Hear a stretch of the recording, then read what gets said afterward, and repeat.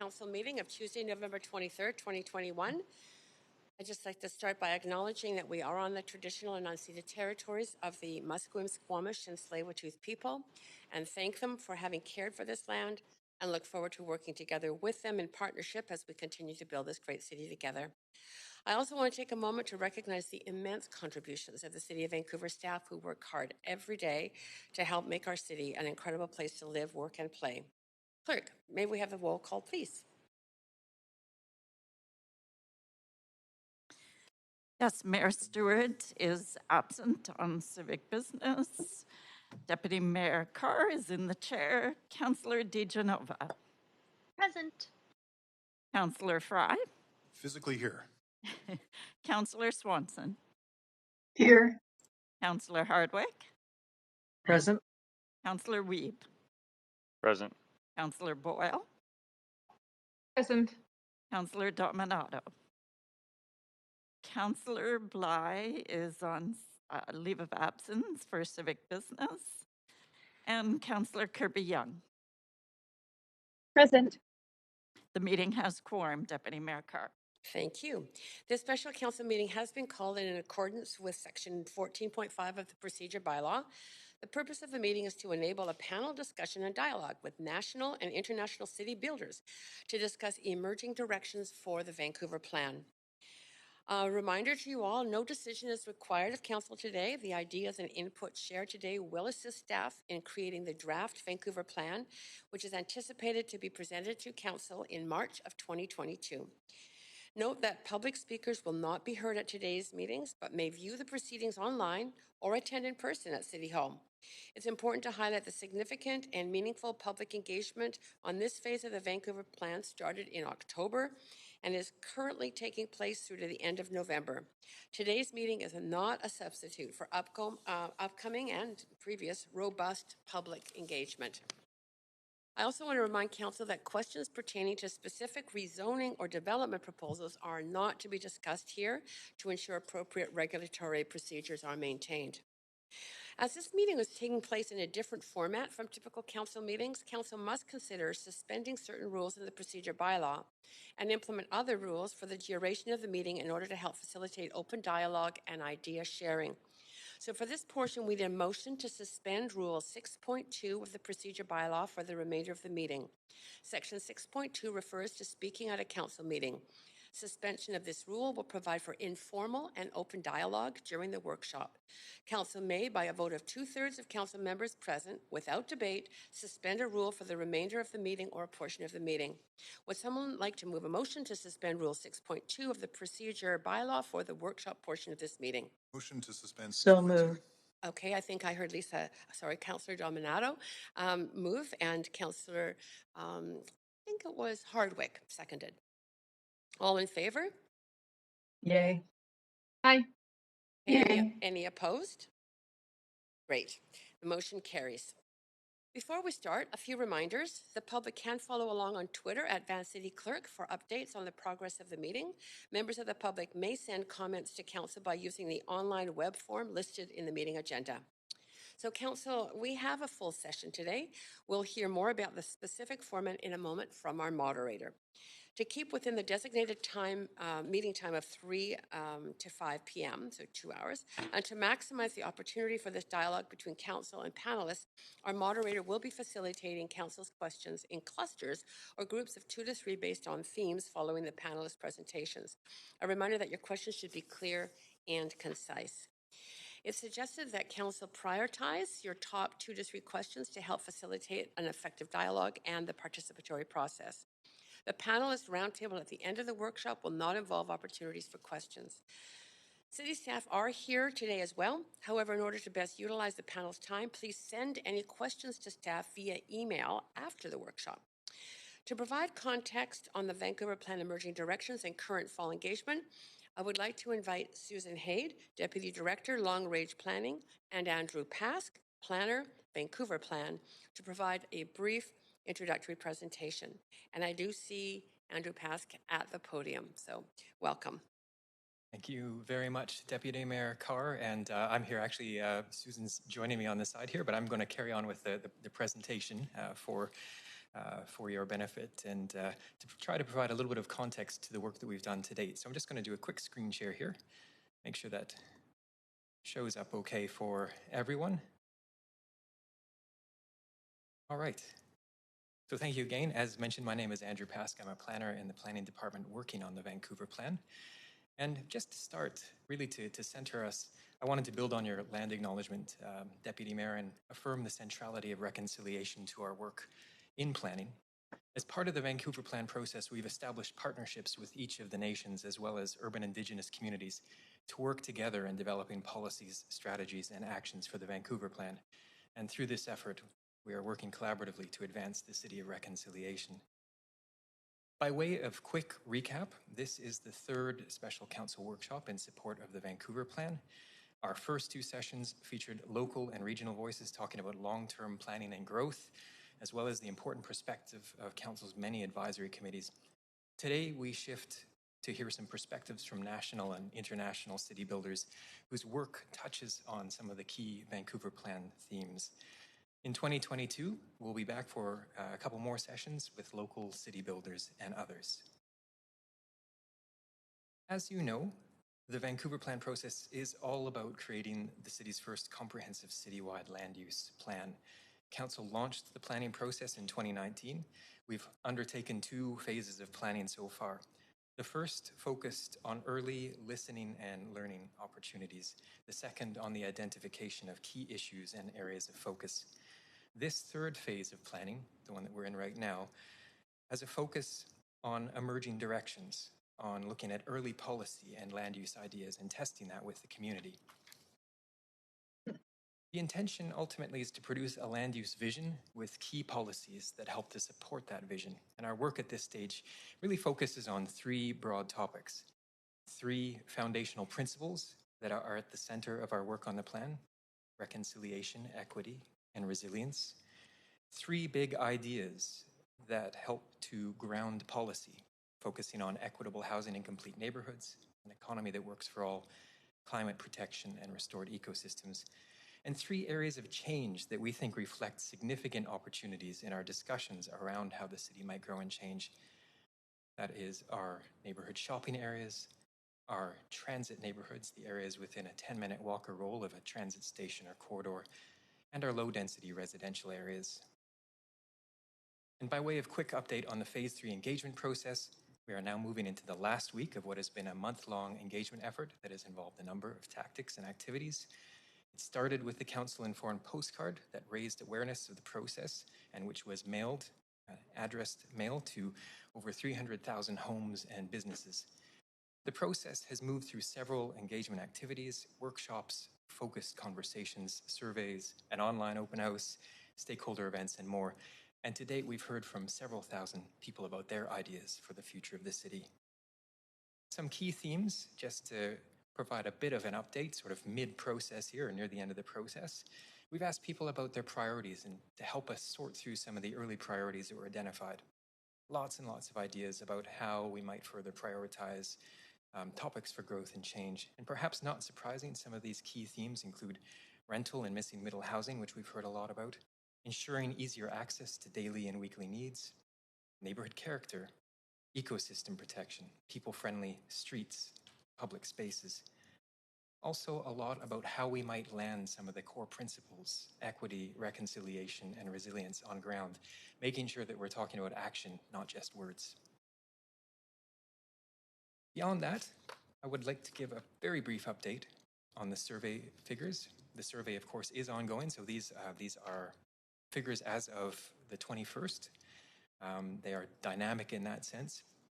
There are some key areas of attention through the survey process where more significant community support is being registered, and I wanted to alert you to some of those. They deal with things like more housing choice, including rental, linking housing to neighborhood amenities, ensuring in particular that there are options for low and medium income households.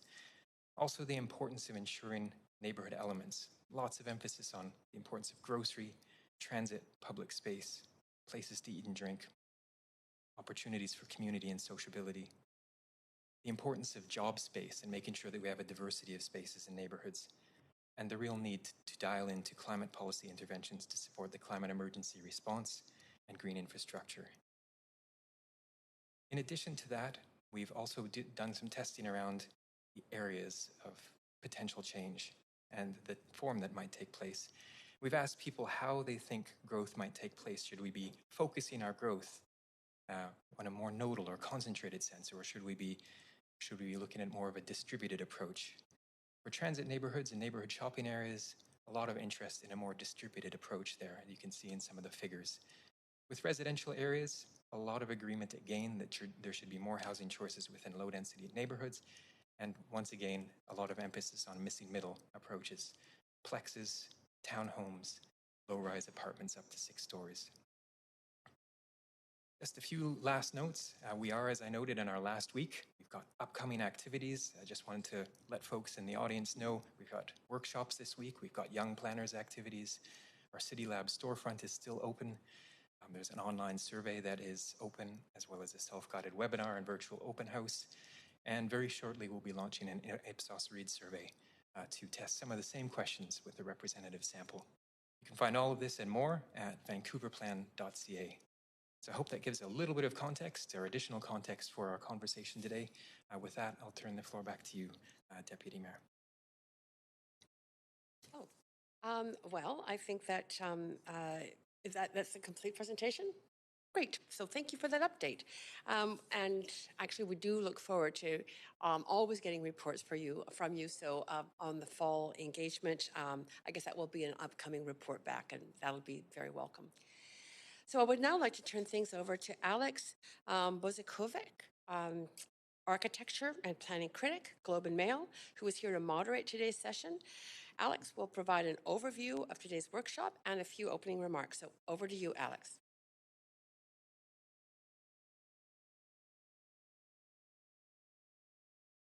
Alex, you might be muted. I am. There's an auspicious start. Hi, everyone. Thank you for having me. Thanks, Deputy Mayor Carr, and thanks to everyone. Hello from cold and dark Toronto.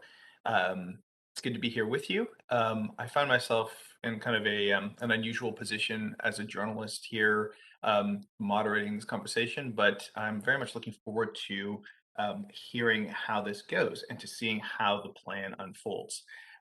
So I've been asked to just introduce some themes to set up the conversation, but I also just want to do a little bit of housekeeping before we go any further. I think Andrew has probably made this clear, but we're going to be, after the panelists have finished speaking, we're going to be doing questions in groups. So counselors, if you have a question on the economy, for instance, I'll see if there are 1 or 2 other questions along a similar theme that I can group together and present them to the panelists as one. So counselors, if you could either raise your hand or use your chat function to indicate a question, I'll keep an eye on those to try and gather them together and just keep the discussion flowing as smoothly as we can, and relay your questions to the panel. I also am going to, I will certainly make sure that each counselor has a chance to ask at least one question of the panel. And I have been asked to try and use the expertise of our panelists as best I can through that hour of discussion. Got a couple of advanced questions as well that have come in from counselors, and I will share those with the panel. I am going to now, if I can figure out how to, I'm going to share my screen and show a few images.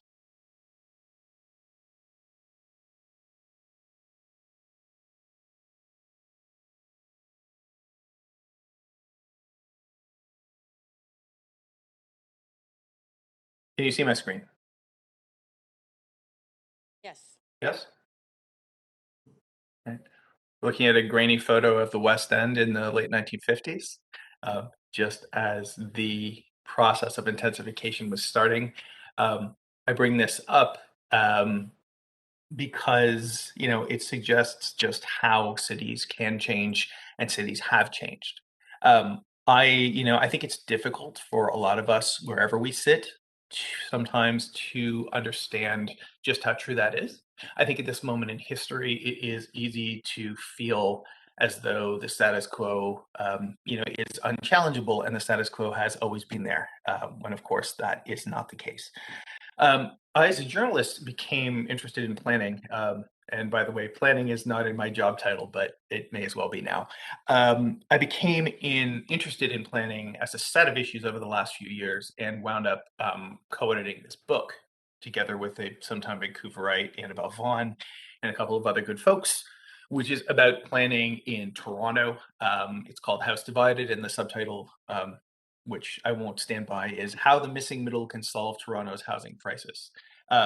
This was a few years ago now, a little bit earlier in the conversation, at least here in Toronto, which is continuing to evolve. This book was a combination sort of history of the issue and introduced a series of potential solutions for intensification within neighborhoods, including this one, which was, I believe, an award winner through a competition that Urbanarium held a few years ago.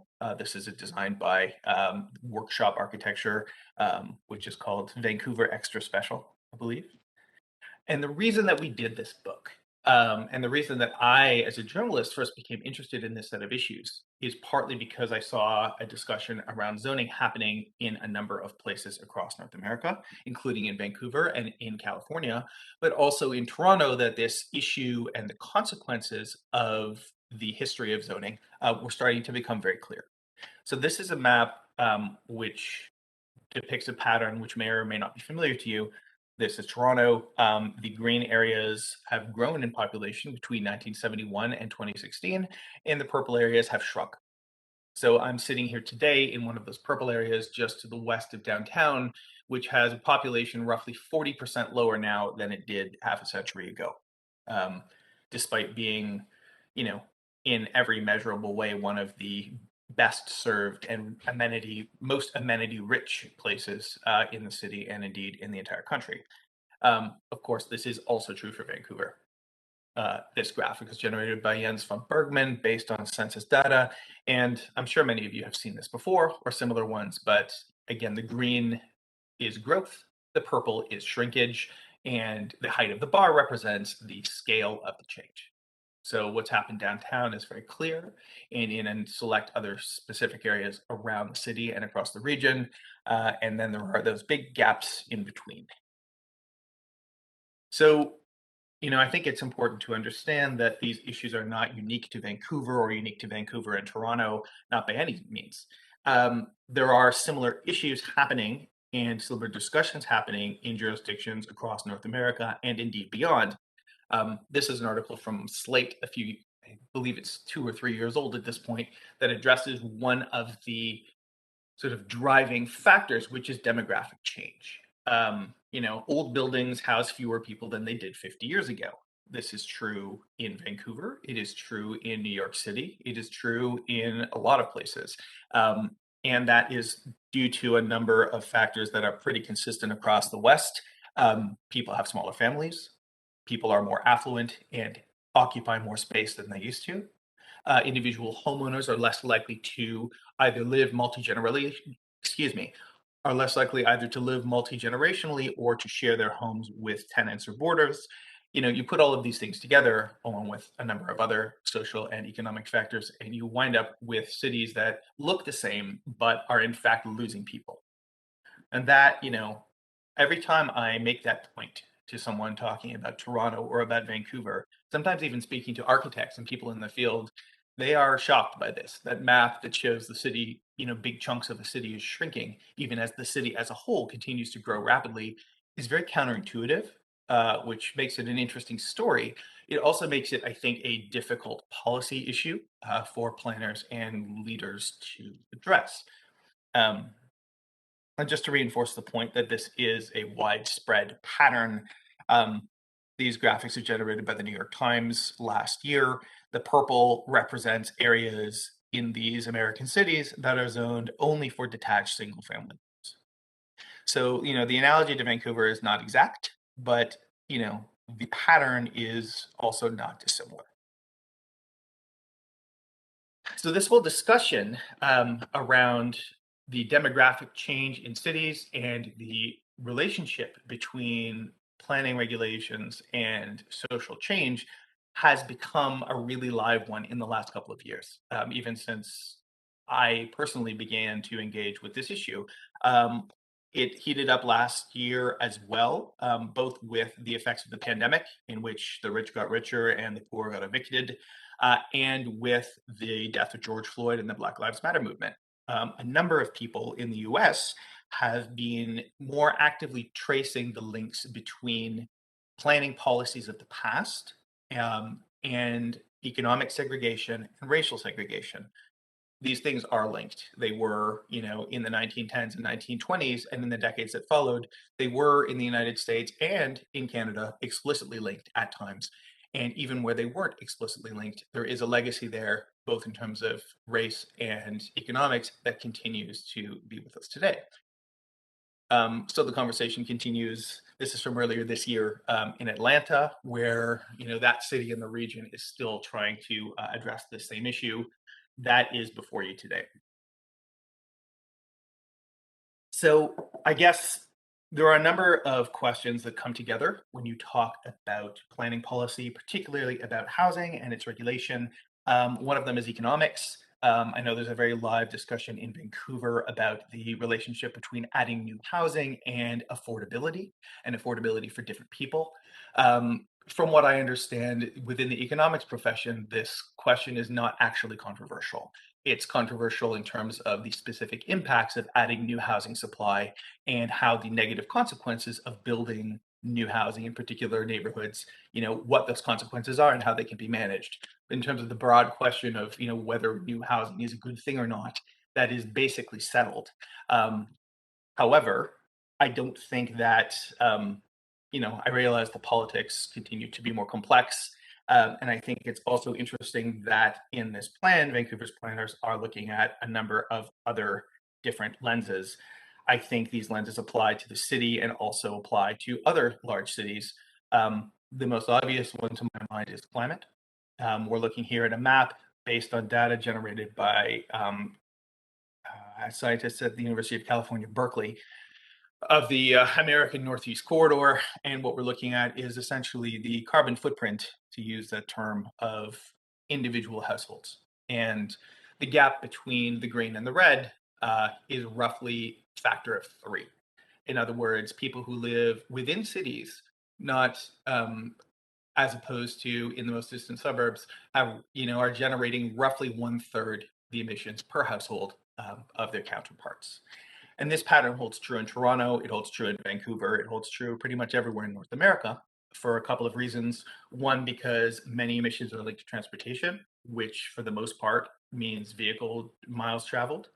And another one is housing size. That, as people live closer together, essentially apartments wind up being more efficient than houses are. So, I know Vancouver in its planning has led the way, I think, over the last couple of years, articulating this as an issue and connecting the form of housing and the form of cities with carbon emissions. And so I guess excuse me for a moment, please. I guess the what I find interesting here, and the question that's before me is that I see as interesting, is how Vancouver is going to react to its current the current policy challenge that's in front of you here. If you look at the city, it's very clear to see where growth hasn't happened and where growth has happened. And again, this is not unique to Vancouver, but there are similar or analogous situations in basically every big city that I know of. And I think we're at a moment in history when policymakers and leaders are, forced to confront this question of whether this pattern of growth that we're looking at here actually makes sense. And if not, what else would work? So I guess if Vancouverism was this, for a generation, largely in the downtown, the question now is what the next Vancouverism is, or what Vancouverism that addresses the whole city and addresses this new set of challenges is going to look like. Thank you. I will leave it there.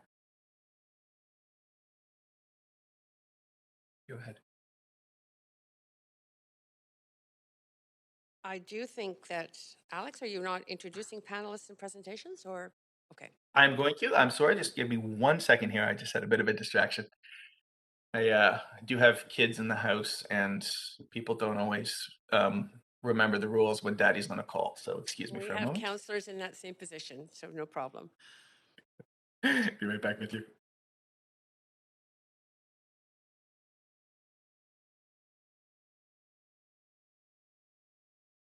There you go. Okay, I'm back with you. Excellent. So I'm just going to do a quick run through introducing the three panelists quickly, and then we can get into their talks. I think it tends to flow a little bit more easily if we just introduce everybody at once. So I'll start by introducing Solomon Wong, who is the president and CEO of Intervistas. He is a multidisciplinary expert on transportation policies, transportation economy, and innovation. Through his consulting work, he focuses on designing process improvements for goods and passengers, re-engineering flows of people and goods to a journey to newer ways of mobility. He has helped to implement solutions for a range of private and public sector clients. He also sits on the board of the Canadian-American Border Trade Alliance. He has a Master of Science in Planning from the University of Toronto. We'll also be hearing from Andre Brumfield. Andre is design director at Gensler, the major architecture firm Gensler, where he focuses on revitalizing and repositioning urban environments through urban design, master planning, and architecture. His experience includes redevelopment in emerging urban districts, neighborhood and community revitalization, citywide master planning, and corporate campuses. He also has extensive experience in mixed income housing. And first will be Patty Rios, who is the executive director of New Cities. Patty is a global leader in promoting well-being through the design of the city, applying a human-centered approach and developing participatory engagement opportunities. Her multi-lens approach comes from a background in architecture, urban design, ethnography, and public policy. Before joining New Cities, she was the housing policy expert and research lead at Happy City, where Patty led the Happy Homes initiative aimed at boosting social well-being in multi-unit housing. Patty also lectures on urban policy at UBC. So, Patty, hi, welcome. Would you like to kick us off, please? Hi, thank you so much, Alex. And thank you so much for inviting me to be part of this workshop. I'll just try to share my screen, hoping that everything is working. Let's see. If you can let me know if you can see my screen, that would be great. Yes, we can see it. Excellent, thank you so much. So I would like to start by acknowledging that I'm joining today from the unceded homelands of the Musqueam, Squamish, and Tsleil-Waututh nations, and honor with gratitude the land and the people who have stewarded through generations. I want to start today by sharing a short story with you. I'm originally from Mexico City, and over the course of my life, I've experienced 5 earthquakes. One of the most devastating ones took place 4 years ago in September 2017. 44 buildings collapsed, 330 people died, and 6,000 people were hurt. While all Mexicans remember this event as one of the worst natural disasters, some of us also remember it as one of the most unbelievable displays of community strength and resilience. It took the government a few hours to align its response. Regardless, we got organized and helped. People created human chains to remove rubble from collapsed buildings. Corner store owners provided water and food. Health centers occupied public spaces, and seniors created improvised pop-up daycares. Here's where the story is relevant for Vancouver. Not every neighborhood in Mexico City had the same reaction capacity. It was the denser mixed use with a greater ratio of public space, physically and socially connected communities that responded in a matter of minutes. It was in neighborhoods where people often cycle that community members were able to transport medicines and emergency supplies, dodging the rubble from collapsed buildings.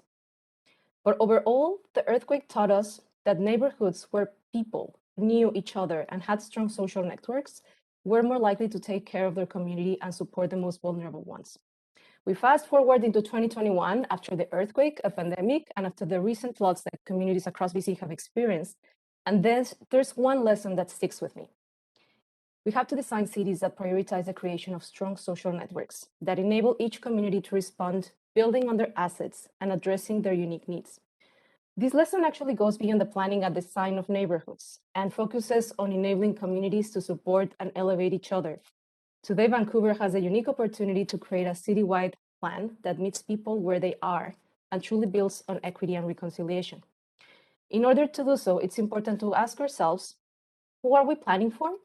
And how are we contributing to build socially connected and resilient neighborhoods? In terms of who? The Vancouver Plan is identifying underserved populations and has incorporated those who were most impacted during the pandemic. It would be important to go beyond collected disaggregating data and listen to their stories and insights.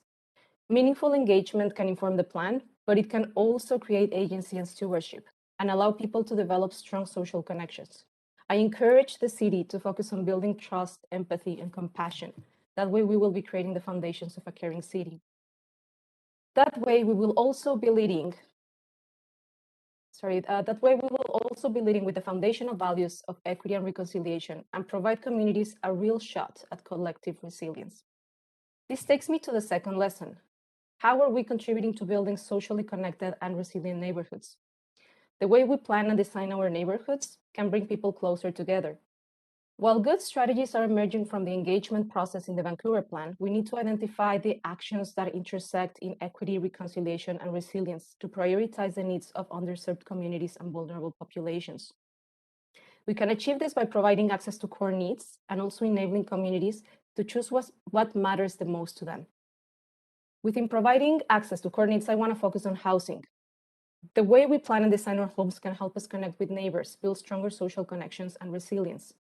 The first key point is that we need to provide housing options not just throughout the affordable housing spectrum, but throughout the overall housing continuum, including transitional housing, supportive housing, below market, and a wide array of affordable options. The second point, yes, absolutely, focus on missing middle.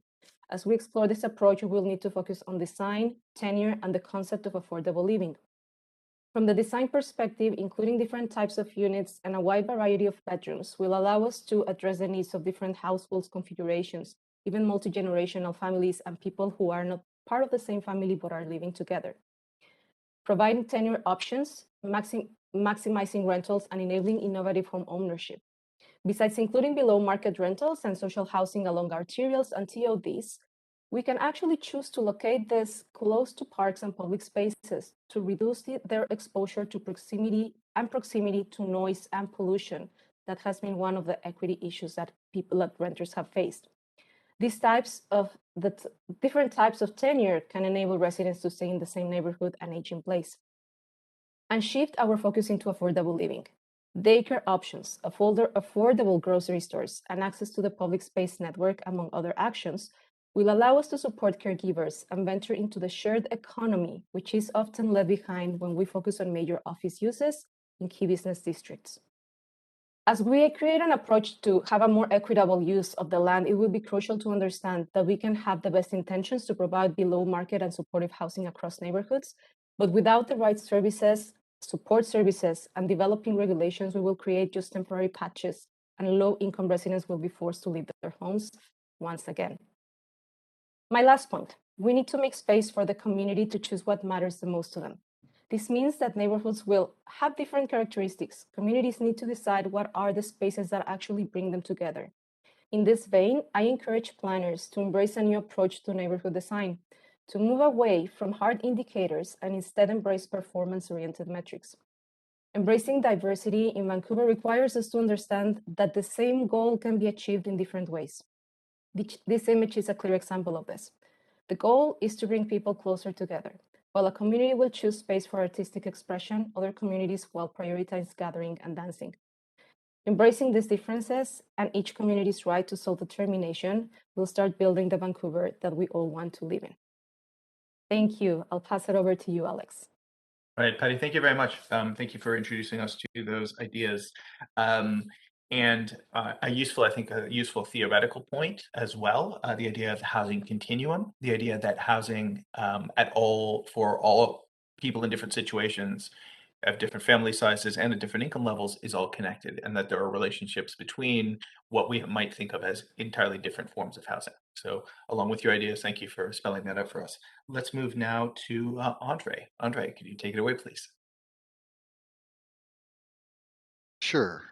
Let's see, after 21 months, hopefully I'll be able to make this transition to share my screen. Let me know when you can see it.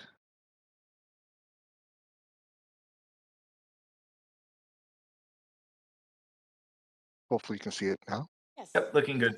Okay, very good, very good. Well, first, that's a very tough act to follow with Patty in her presentation. And second, I'd like to thank Andrew Pask and the City of Vancouver for inviting me to participate on this panel with this group of esteemed professionals and experts. I'm very happy to be here, and again, thank you for your time.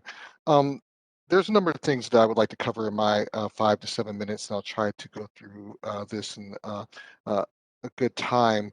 But one of the focuses that I wanted to talk about, or things I wanted to talk about, was the idea of the 20-minute city. And this is not to talk about what it is or what it is not, whether it's a 15-minute city or 20-minute city. We all get the concept and know the concept. And we all know that this concept is nothing new.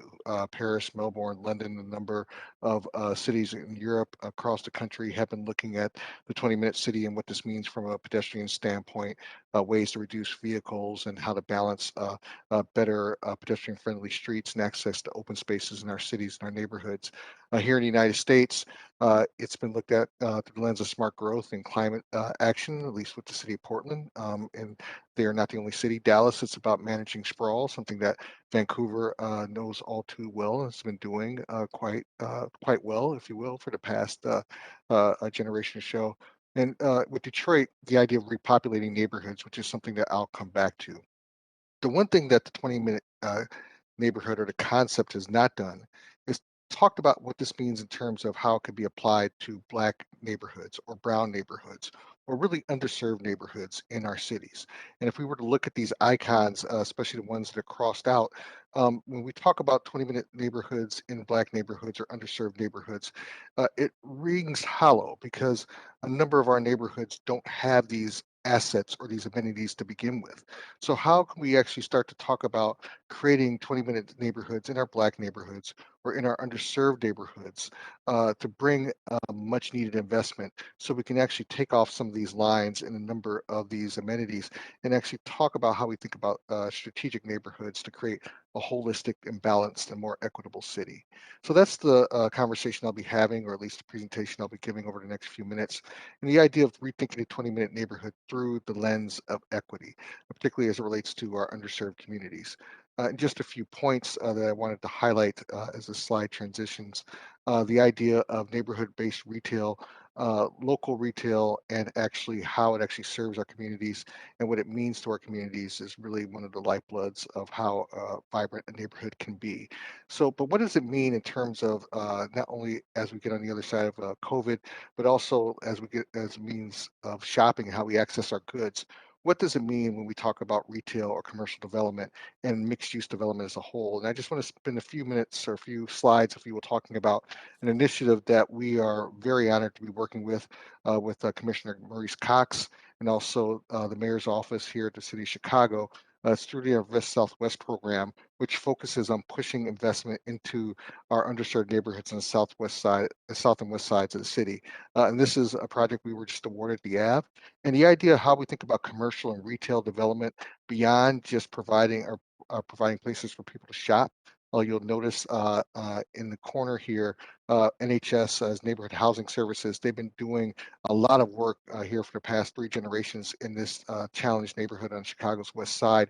We wanted to make sure that they had an anchor here in the neighborhood as part of this mixed use and mixed income development. We also wanted to provide health and wellness, and we're actually the owners in deep conversation with Aetna to provide health care and health facilities that are actually geared toward reaching the neighborhood and reaching those residents who live here and providing preventative ways of treating their patients as opposed to dealing with their immediate illness that they may have. So again, how do we think about mixed use development in a mixed income setting? This building does introduce 42 units of mixed income housing, but the idea of actually that ground floor getting beyond kind of the food and beverage, but really providing different services that are not only on the ground floor, but also on the second floor. We also are in extensive conversations with the YMCA, who wants to be coupled and be part of this this partnership here. The idea of health, wellness, and institutions that are really critical to our neighborhoods are something that we want to make sure they're a part of our mixed income developments that we're actually looking at doing. And the larger thought is that how do we actually make this an expressive form of through the arts, and how does that actually reflect it and the spirit of the community reflected through architecture and through urban design and through planning. And this speaks to one of the local artists that we'll be working with who will be part of this effort. But the idea of thinking about this more than just a building, more than just another mixed income project that is actually offering different services. This is what we feel is going to be the first development that's really going to spark new development and revitalization on this part of Chicago's West Side. Again, getting beyond the building, but thinking about a larger strategic corridor plan that speaks to urban infill, new development, commercial development, and additional resources to go beyond housing that actually can support the larger neighborhood. Um, but then the idea of actually what does this mean in terms of inclusive growth? This is a neighborhood that's lost a lot of population, something that I'll be touching on here in a few slides as it relates to how we think about repopulating our neighborhoods. The idea of employment centers, and this is a map of Chicago, and this is not suggesting that we would focus on deconcentrating our central business districts, at least here in North America, but the idea of how we can actually push neighborhood employment into or employment centers into our neighborhoods to really talk about how we actually can bring those employment opportunities to those distressed neighborhoods where we can actually reduce travel time, reduce vehicle miles traveled, but then also provide a walkable environment by providing employment opportunities in our neighborhoods. And we've been doing just that, working with Ford Motor Companies in Detroit as they're actually looking at relocating a portion of their headquarters into Corktown, which has actually been a distressed neighborhood just east of downtown Detroit.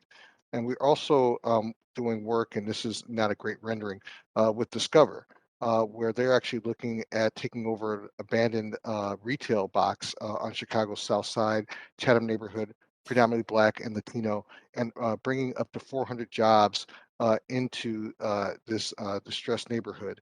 The idea of, again, providing employment opportunities, bringing employment centers to our neighborhoods, as opposed to focusing on the traditional employment centers that are located in the heart of our cities and also in our larger region.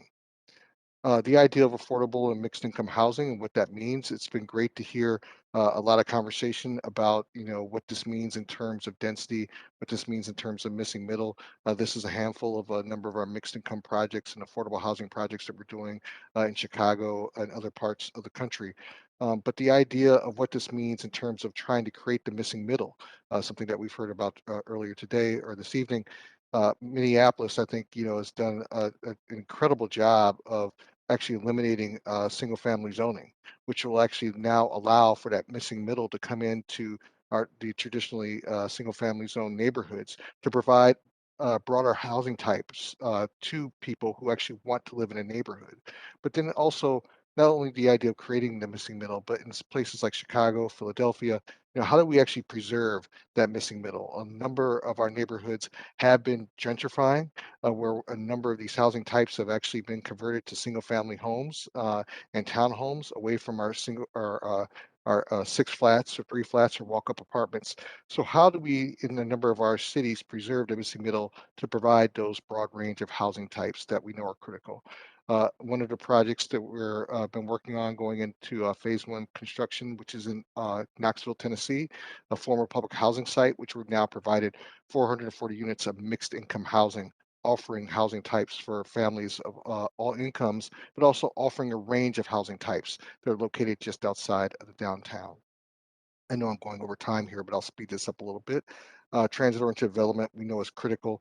We've had the pleasure of working with the city of Brampton, and Alex, you hopefully will appreciate this, which is a suburb just outside of Toronto, on their larger 2040 plan, and it's focused around transit-oriented development and the new investment that they're making to manage growth. And the idea of actually creating equitable development by providing a broad range of housing types to actually service a broad range of people that will be coming to Brampton and larger Toronto as a whole is something that we've been working again with the city with for the past year and a half or so. And ironically, we're presenting to City Council this Friday. Last couple points I'd like to make is the idea of how we can actually not only get more of the assets in our challenged and underserved neighborhoods, but how can we actually talk about how we share these assets across neighborhoods? If you think about employment opportunities, healthcare, grocery store, access to transportation, those don't have to be in one neighborhood, but they could be servicing a number of neighborhoods that are bordering. And the idea of kind of getting beyond design and really understanding our neighborhoods, understanding it from an income standpoint, understanding it from a population standpoint, understanding it from housing in terms of rental versus ownership. These indicators are really important for us as urban designers and architects to really work with the private sector to understand how we can actually bring about change. And last but not least, the idea of how we actually talk about repopulating our neighborhoods, not just our Black neighborhoods, but our neighborhoods that have actually been losing population as our cities have our districts have been shifting. How do we actually talk about ways that we can actually create a more equitable city that actually provides neighborhoods of choice for all of our residents, so we don't have to deal with gentrification issues or don't have to deal with declining population of any ethnic group in our cities. So again, thank you for your time. The idea of how we think about equity, I know that is a broad term, but with that, we can continue the conversation. And Alex, I'd like to turn it back to you. Andre, thanks so much. Thank you in particular for bringing together the idea of mixed use and contemplating the idea of mixed use and the idea of the 15-minute neighborhood or the 20-minute neighborhood. Interesting to hear how you are working on this program in Chicago, which I'm very interested in, which aims to bring together amenities and retail, not just as sources of economic development, but also as community anchors. A really interesting idea that is not all that familiar these days. Let's move on to Solomon. And are you ready? Solomon? Yeah, I will share a presentation shortly, but Thanks so just much. by way of introduction, I'm born and raised in Vancouver, and as Alex mentioned, I was trained in urban planning at U of T. But in dealing with my work itself, the area that I've been very fortunate to participate in is an innovation ecosystem associated with transportation and processes. And I'll get to that in a second because it's also given me the opportunity to travel around the world. And every city that I've gone to, I've really made a point of visiting innovation centers to be able to look at how the mechanisms for space to create new ideas actually work in different cities. But the other aspect that's also quite challenging for the Vancouver plan is fundamentally what we need to wrestle with in Vancouver is our place in being a gateway city, and a gateway city in terms of a conduit for goods moving through the city to other parts of North America and vice versa, a gateway city in terms of what it is for ideas and people to flow through, and wrestling with what that will mean from an economic perspective going forward. And it's a challenging one just because there are a lot of externalities associated with gateway activities, but there's also the power to be able to share more in terms of the kinds of game-changing ideas that innovators in the area can build in terms of problems we have. So very humble, small role in terms of the Vancouver innovation ecosystem, just to illustrate what I mean. First, starting off with problems, lineups in transportation, lost time, pollution, a lot of paper waste. I had the opportunity in 2006 to help build a set of solutions that helped to create a much faster process through borders that led to major policy changes for both the United States and Canada. And without going into huge detail on what it was, but it also provided the ability for better plans and processes and facilities. As we were starting the call as well, and mentioned to the group as well, that includes work for places like San Diego Airport on a new facility, but also a range of different facilities. So let's take that example and build upon that a bit more. Understanding through the pandemic, we've had lots of additional screen time. But one recommendation I would have is it's a bit of an older video, but Rick Burns' movie on the New York documentary film is definitely worth comparing to Vancouver because it hits at the point of how we see an economy that works for all, but also innovates. So the story here was basically like Vancouver, New York was and is a gateway city. You had a lot of sail ships going between different colonies that the Brits had, and there became a need to quickly fix broken sails. And from broken sails, there were skills developed to work with fabrics or 80 kind of fabrics to fix a rip, deal with the mass. And that eventually gave birth to New York's garment industry and the resulting areas of job creation in fashion.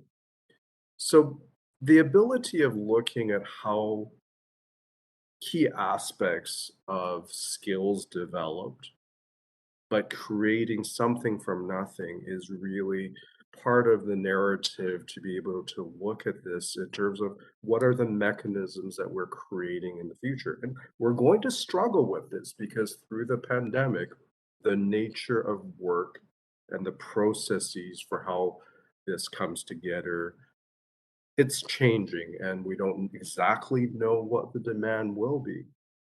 But it's also worth looking at some literature on this. The Brookings Institute, several years ago with Bruce Katz and Julie Wagner's work, it wrote extensively about the rise of innovation districts and comparing the different aspects of Boston, South Lake Union, and Seattle, other geographies of different ways innovation ecosystems work. And the general idea from their work is linking physical assets to economic assets and networking assets. And there are parallels with what we've heard already today.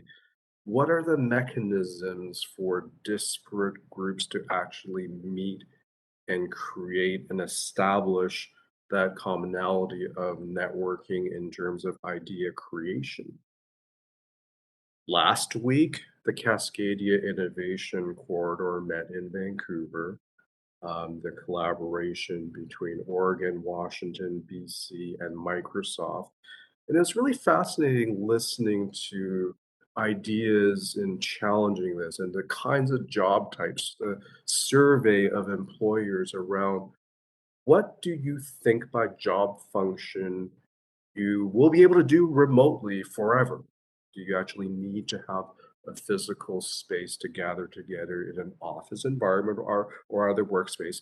And arraying that across the entire narrative. And one of the companies, just taking a quote from Ryan Peterson from Unity, he's Victoria based, and he made the argument that in spite of everything, when you're trying to create new ideas, innovation is still an in-person activity. So then the question that Vancouver Plan needs to ask, answer, wrestle with is what are the models that could work in Vancouver? And in advance of this session, I know there were some questions asked around what can we learn from other cities? And definitely we could spend time enumerating exactly what others are doing. And one model, let's pick on Toronto, for example. Heather Reisman, Jerry Schwartz putting the Center for Artificial Intelligence at U of T, the 250,000 square feet of space for that center. It's additive to a couple million square feet that have been built for innovation centers.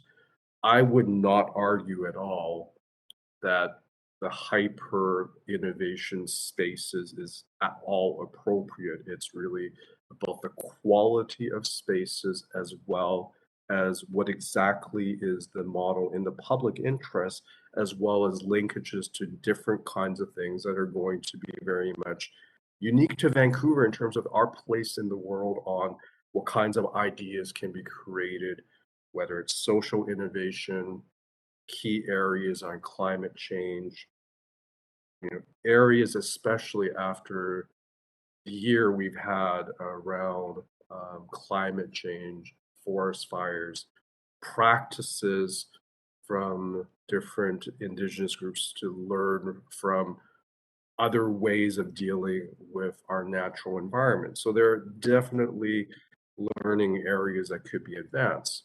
So here are some ideas in terms of places that I've touched and built programming around this. So one of my favorite centers in Toronto is Artscape Daniels Launchpad, part of the waterfront area. It's got a not-for-profit together with a developer, federal, provincial, municipal support, along with other foundations.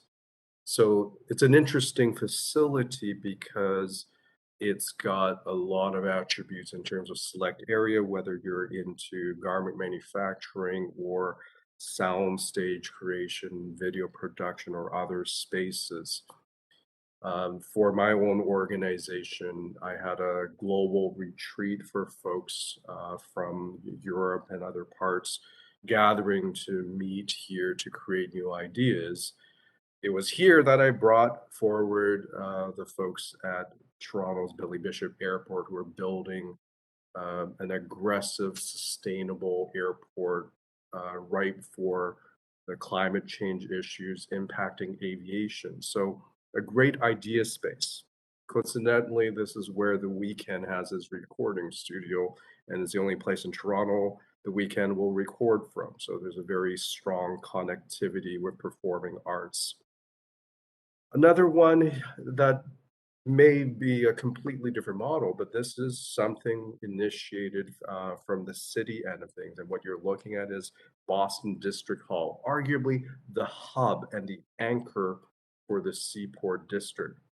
And this is an area where it's an environment purpose-built by the city of Boston with not-for-profit operations as a gathering space. So if you're looking for the ability for networks to gather together and create new things, here's a great example of city investment, and the Brookings Institute certainly documented the anchor point of a transformational role in city building. And then lastly, Seattle South Lake Union, and certainly we have a lot of connectivity being close by, but it's not just Amazon. And Amazon, in fact, due to a number of issues, is actually headed to Bellevue. But here is where you have the Allen Institute for Brain Science, Fred Hutch Cancer Research Center, huge connectivity to UBC, and other aspects that are really part of the narrative of an innovation ecosystem. So in closing for this, the questions that we do need to ask in Vancouver Plan is, what is the model for innovation we are planning for? What are the future jobs and job spaces that we're going to be advancing? And I know our other speakers have very much talked about the missing middle on the residential side, as well as other aspects. Absolutely on board and fully in support of the ideas shared, but we also need to look and wrestle with how do we deal with the planning and design of innovation districts to be able to foster those spaces. And in the model, as outlined, we have creative people that can look at, number one, the problem, two, the kinds of solutions, and three, transformative changes to be able to get the range of different interests, whether it's entrepreneurs, idea generators, funders together to be able to scale up what we offer as Vancouver to the word innovation. And of course, prefacing this by saying, I know it's an often overused buzzword, but one that absolutely has to figure into what we do next in Vancouver to make sure we have those spaces and opportunities for creation. Thank you. And thank you. So some food for thought there. What kinds of innovation, at which kinds of innovation can Vancouver excel? What kinds of jobs and what kinds of economic activity will drive the city forward? And what kinds of places will help to make that happen? So, councillors, I would invite you, if you haven't already sent me questions, which a couple of you have, to put some questions in the chat and send them over to me. I will gather them up and redirect them to our panelists. I should mention also, by the way, I'm sorry that I didn't do this before, that we were supposed to have Jay Pitter with us tonight. And Jay has, unfortunately, has lost her voice. We discussed this before the meeting began, so I apologize for not mentioning it. But she's ill and is not talking right now, apparently. So yeah, it's a real loss that she's not here. But we will make do. So while I wait for a few more of your questions to roll in, I will let me ask first couple that I have gotten. Question from, excuse me for 1 minute. Oh, Councilor Hardwick has her hand up, looks like.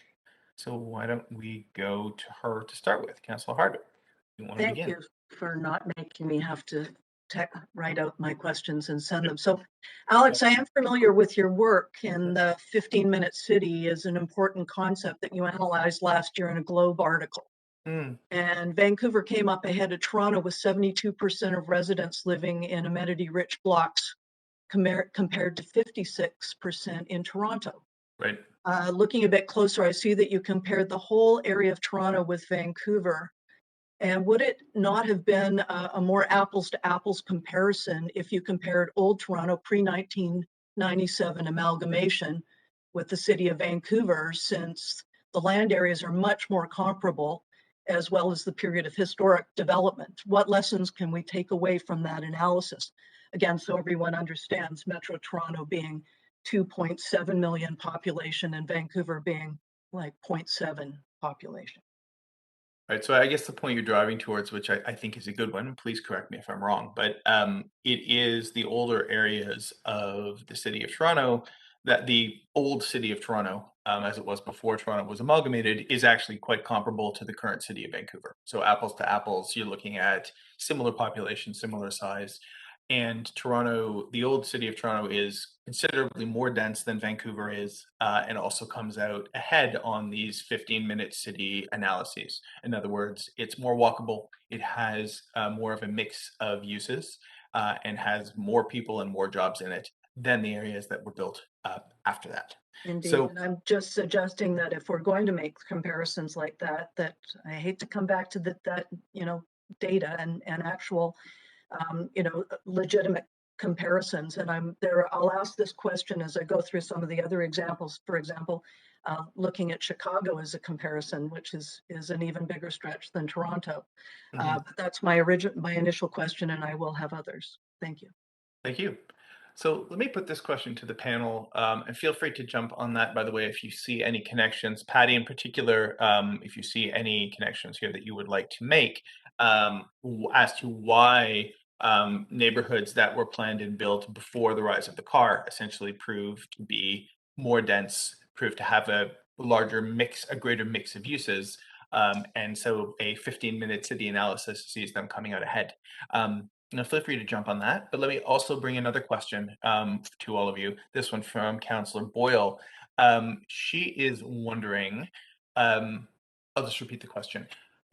How do we as, how do councillors or how do leaders best engage residents in deciding on these challenges? And how do you ensure that incumbent homeowners and those who are currently comfortably housed don't get more say than those who are insecurely housed in those decisions? So would anyone like to speak to either of those two questions, the role of the historic city fabric or how to do consultation in a inclusive and equitable manner?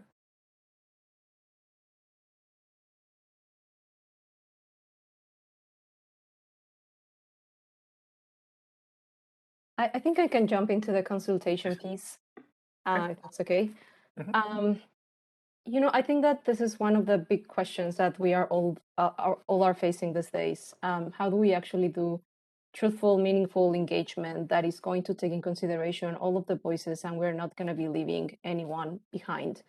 The truth is that whenever we set our values and the framework that we want to be guided by, we are setting actually the groups of people that we're going to be prioritizing. This doesn't mean that we're not going to get to answer the needs and the challenges of people who probably haven't been hit that bad by the pandemic or other natural disasters, but we need to prioritize at this point people who were really suffering from these challenges. So to answer directly to the question, how do we do this? There's a couple of things that can happen.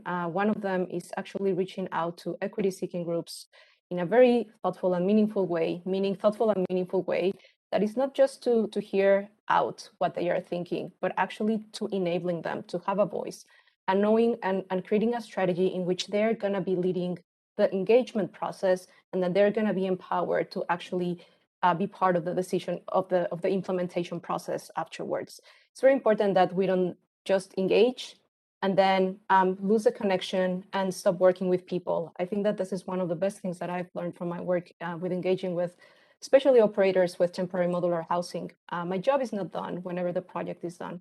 It goes beyond that. You make a commitment that you're going to be hearing these voices and that you're going to be helping them. And no matter your role, and you need to ensure that you are supporting them in every single step of the way. So that's a commitment that I think that the City of Vancouver needs to make.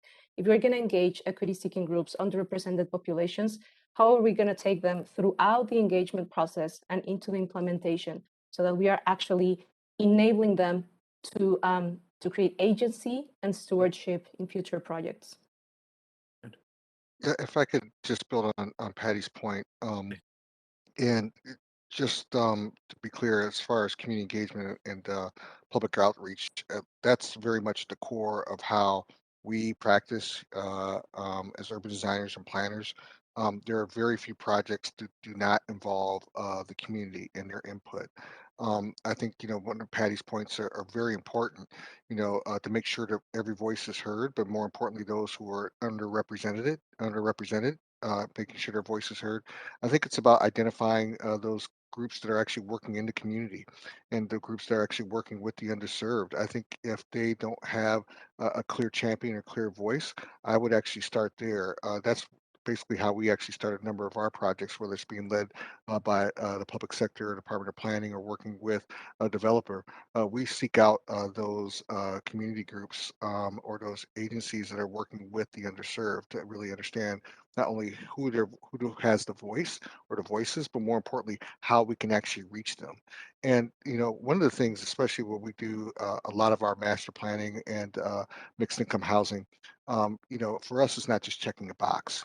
This is about creating a long range plan for the people. We often say, or I often say, that we have three different clients. We have clients such as yourselves, whether it's the city of Vancouver or a specific agency within a city. There's the developer that we may be working for. Those are our contractual clients. But as urban designers and planners, there's our third client, and that's the community. That's our spiritual client. And trust me, any one of those three can get you fired. So if you are a true practitioner who's really focused on creating change and being a change agent, we focus on that third non-contractual but spiritual client, and that's the community. And we often find that the best uh, ideas often do come from the residents because guess what? They live there. They have insights that we can't see. They have insights that go well beyond anything that we can see in the physical environment, and certainly anything that we can glean from neighborhood indicators or the metrics, if you will. They allow us to look under the hood, and they also keep us honest as well. So we need that for a successful plan. I think Patty, and I'll stop talking after this, said it correctly. Our work is not done when our contractual obligation is up. It continues on, and we like to be stewards of the built environment, and that really starts with, again, building on a foundation and making sure that that voice of the community is captured. And I think I would add to that and echo Andre's thoughts around how you actually get that engagement. And if it's a local reference to both Vancouver and Toronto, but to get that engagement, you need to compare what was done with Regent Park in Toronto versus Little Mountain in Vancouver. Regent Park, for those who are not familiar with it, is very similar. It's one of the public housing tracks, and the approach in Vancouver was, unfortunately, due to other reasons, I'm sure folks are quite familiar and saddened by it, but everybody was evicted. Toronto's Regent Park divided up the parcel in 4 or 5 areas, actually spoke to the residents to ask, what do you want the new Regent Park to be? Get that engagement, needs, wishes, wants. And you look at the product now, having the Nelson Mandela School, Artscape Young Space nearby, and that microcosm of city building in terms of what we need to do better to be able to listen to the voiceless and have that participatory involvement in the art form of city building. Those are some things that we can absolutely take into how we actually look into the future. Let me ask a different question. This one comes from Councillor Carr. which is, I suppose, related. She is wondering, looking at the challenge of trying to build in neighborhoods that have lost population, neighborhoods where the population has decreased. Are there some good examples which have received broad public support of cities actually threading that needle? Cities figuring out how to add new density into neighborhoods that are in population decline. Anyone like to speak to that? Andre? Yeah, I think there's some good examples that are out there, especially over the last 5 to 7 years. I think there's some great examples in Detroit, uh, and this kind of builds on some of the work that Maurice Cox was doing when he was the planning director of planning there. There's some great examples also in Philadelphia that speak to this. But quite frankly, the lessons and those examples are few and far between. And I think this kind of gets to the idea of how we actually think about urban planning versus just one single development that stands on itself. Right. And how this actually builds that first investment builds off of that. I think one of the challenges with trying to invest in underserved communities, particularly those that have been losing population, is talking to developers and talking to also city agencies, because we have to think about this in terms of both public and private. There's investment strategies that the public sector can certainly make, in terms of infrastructure in a number of these neighborhoods, whether it's related to streets, infrastructure, transportation, but also the private development. The private developers, I think there's the idea of changing perception, where they think that there's no market. How do you actually, get beyond the numbers or market analysis to suggest there is a market or there can be a market if certain investments, are made? And I think that speaks to the spirit of how public and private sector can work together to try to alleviate some of those or change some of those perceptions, because I think a lot of it does have to do with perception.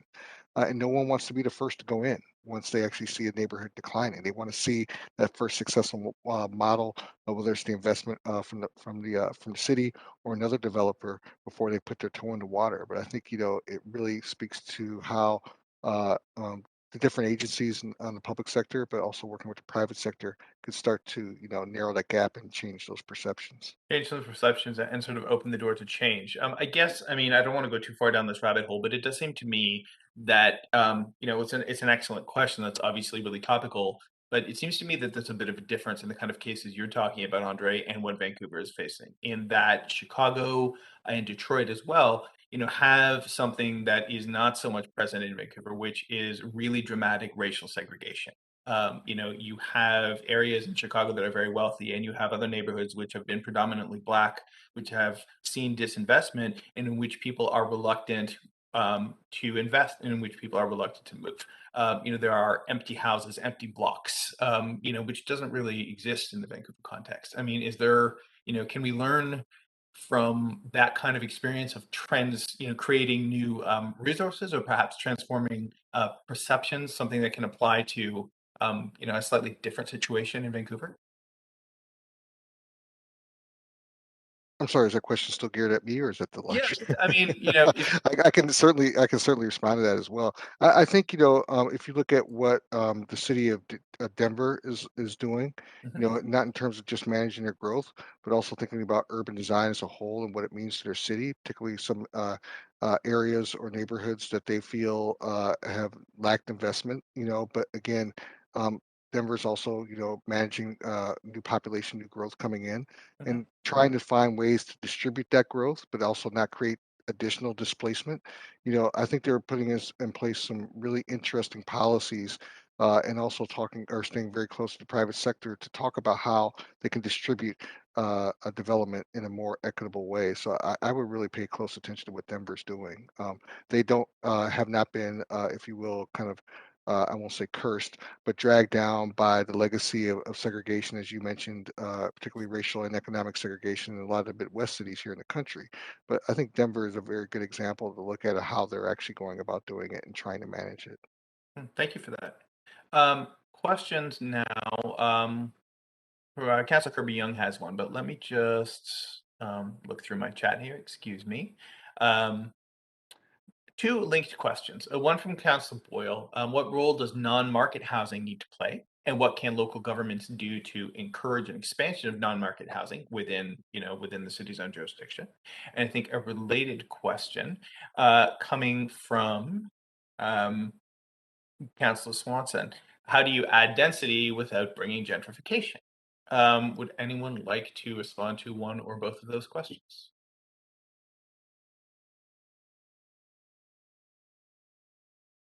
I feel like I've been talking quite a bit, so I'm going to let my esteemed colleagues here on the panel Patty?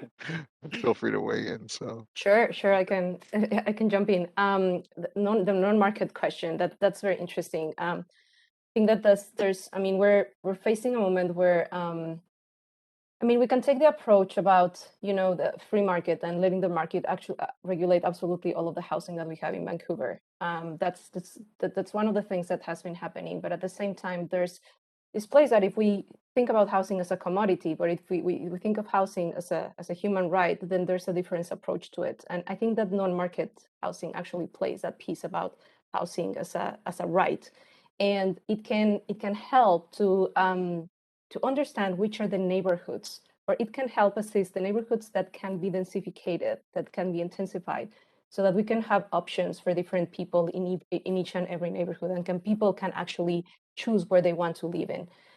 The lack of non-market housing, I think that is what it's causing is that it's homogenizing much more neighborhoods, and we are lacking the mechanisms to actually make sure that we have a wide diversity of people.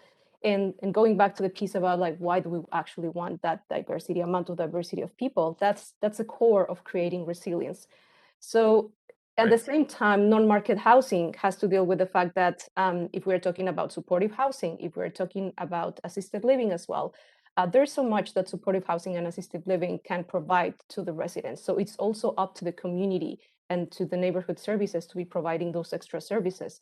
If people have to travel 1 hour to actually get supportive services, then we are condemning them sorry, into a lifestyle that actually it's eventually, I mean, they might be ending up in the street again, or they might be moving from a neighborhood. So what's the option for actually helping people root themselves in a neighborhood? We provide supportive housing, we can provide shelter, we can provide supportive housing, we can jump into non-market and then affordable housing, but we need to fill the whole spectrum so that people can actually grow those bonds in the community and then integrate themselves and live the thriving lives that most of us that are joining have access to. So I hear you saying two things here, Patty. One is that once again, that housing is a continuum, and that by building different forms of housing for different people, you're benefiting not just the people who occupy that housing, but also other folks by allowing people options, right, and allowing them to move around. And do I hear I'll you? add to that, Go on, if I please. might, as well, Alex. Is I think one dimension that's also going to be quite critical is what kind of family affordability is also designed for the future. And that's also one area that is somewhat underserved. The Vancouver School Board has reported that through the pandemic, there's a 10% decline in enrollment year over year in the public system. That's a function of a number of different things. The parent of a 6 and 9-year-old, and a lot of classmates have gone to other parts of the world where, my in-laws are in Halifax, so I'm going to go work from there, or the island. And so the nature of how do you actually make a place livable in terms of complete communities while sustaining our public education system in terms of enrollment, that's also something that needs to be planned because of the imbalance that we have across the city in terms of where you actually have that affordability for families. It may very well be the changes in expectations around not going to grow up in a 3,000 square foot place in terms of the amount of space, but that makes it even more important then for the public assets and spaces and the quality of parks as well as recreation spaces. And those kinds of things also have to be thought through when we think about affordability. So in other words, neighborhoods, let's say theoretically that, Shaughnessy has some empty schools, but a lot of parks, but not a lot of housing that's currently affordable to families and a shrinking population. Are you saying that kind of neighborhood with that kind of profile would be an appropriate place to target new density and or non-market housing? Absolutely, from subdivisions as well as existing assets are associated with available green space. And some of the things that if you don't have a full backyard associated with where kids can go and play, then those public assets in terms of parks become even more important. Mhm. Right. And Councillor Kirby Young had a question on this, and maybe we can come back to it. How do we, I'll paraphrase here a little bit, but given that people are going to be living in smaller footprints, for better and for worse, and quite literally in smaller spaces, how do we help people adapt to smaller living? And how important is the commensurate investment in public space in the public realm? And I guess I would add, what should that look like? So, how important is it to build public assets to meet density, and how might we go about doing that? Anyone? Maybe I could start. I think it's absolutely critical. I think, as we are now on the other side of the pandemic here, or getting on the other side of the pandemic, hopefully, I think as it relates to residential development and what we actually call assets that we need in our community, it's certainly paramount in terms of identifying which ones we need to identify to actually get in the right neighborhoods. But as it relates to the unit itself, I think, as we start to think about, regardless of size of the unit, how we can actually make our living units more flexible and more adaptable, to, not only, accommodate, a live work balance, but also a learning balance, for our children. I think the other thing when we think about multifamily housing is what are the amenities that now would go in a multifamily building, or in an apartment or walk-up building. I think, the definition of amenities, has now evolved or is in the process of evolving. I think that's really going to be critical and key when we think about how we live in, what could be smaller units, but what still could be offerings that we actually have within, not so much a 15 or 20-minute walking distance of our front door, but literally going down the hall or down the corridor or to the ground level. Understanding what the amenities in these buildings are, regardless of the scale of the residential unit, I think is really going to be something that we all really need to be paying close attention to. Yeah, fair enough. And I mean, I think it's important to mention here that the downtown Vancouver has been very good at that. I mean, the Yes, you Larry have. Larry Beasley's kingdom, has been a leader in that respect. So, and I guess perhaps here we're talking to a degree about what intensification might look like in the rest of the city, and what kind of forms it might take and where it might go. Um, I'm going to Alex, ask, if I may quickly just jump into that. please. Yeah, there's just this piece about that. This is an excellent question, because how do we actually convince people that living in a multi-unit environment might Yeah. be better than living in a single family home? Yes. So data is starting to show, and from the work that I used to do with the Happy City team, that people in living connected environments are more likely to be resilient and have emergency contacts in case of an emergency. They are more likely to recover from a heart attack. They are less likely to suffer cancer as well. I mean, there's research that connects the different sciences that is allowing us to understand that connected people actually have access to better lives.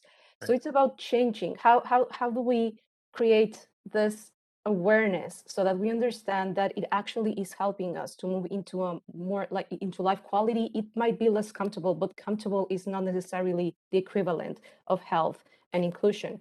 And in that sense, I think that we have been relying too much in public spaces. Yes, I'm a big advocate of public spaces and how they can bring the community together. Those are the spaces where we actually express our opinions, where we show our identity, where we come closer together.